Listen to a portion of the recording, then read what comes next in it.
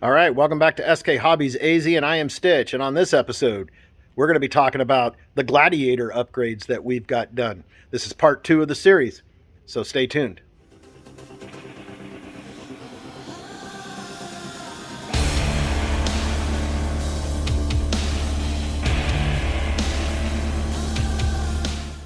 Hey, welcome back. Let's go ahead and take a look at this Gladiator, what we got done. All right, she's looking pretty. Now underneath, we got the Gladiator's Furatech chassis.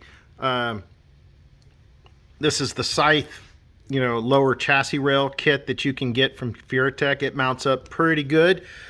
So you got on the back of the chassis here, you've got that long plate, carbon fiber that slides into there. Comes with a couple of options, but it worked pretty good. We got the V2 ESC mounted there, and then we still have the Emax servo. Things that we did different is we pulled the, you can see right here, we have, it's the Holmes Hobbies 55T I guess 050 motor that we installed in it. So we moved that over here. This was in my C10 build. We got it moved over here for my son, give him a little bit of an upgrade on his. He's only 8 years old, so we're just giving him a little bit of an upgrade and see how we go from there. Underneath,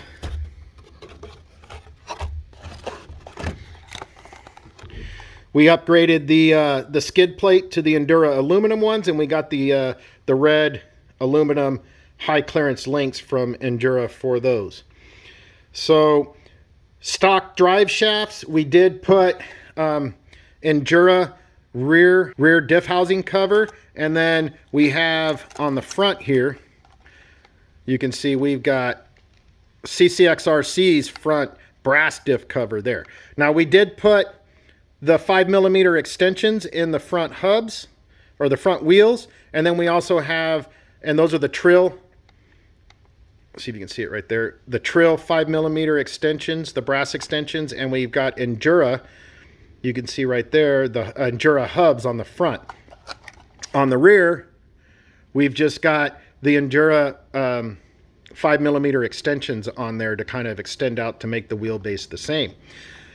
We're running the Injora shocks, the high clearance shocks on it. You can see the free mods that we did with swapping still works out in this case. It mounts up pretty good. You can see there's bolt holes right through it that you can mount that front plate on for the mount for the Gladiator body. And you can still run your LED lights and everything, your front bumper, and then your rear mount for your body all hooks up nice and neat. My son kind of loves the Gladiator, so we're keeping the Gladiator body on it. We're going to be souping this bad boy up some more down the road. I've already picked up a new motor and ESC for this once we want to go brushless for him. So you guys will have to stay tuned for that once he gets to play with it this way. We've already kind of tested it out. It works awesome. He loves it. So you guys will be seeing some video come up on this bad boy out on the back rocks.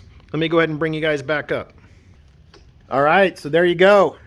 SCX24 Gladiator, part 2 build, still rocking it. These rims that are on here are local rims from our local hobby shop, AZ Turn and Burn.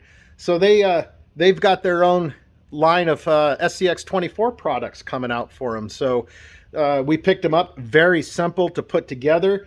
There's all the screws are in the back. So it's 4 screws that holds everything together. So you don't get that actual beadlock ring out on the outside here. So if you're wanting to swap those out, you won't be able to really use these ones if you want to put the Maz Designs beadlocks on, but they're pretty awesome. Go ahead and check them out. I believe they do have a website now, azturnandburn.com. I'll put a link down in the description of where their website is and where you can get a hold of them. Maybe they can send you a set of these to try out. They're not that expensive. They're actually pretty cheap. They're a little bit cheaper than Injora stuff to buy. So don't forget to like and subscribe and bash that bell. I'm Stitch, SK Hobbies AZ, and I'm out.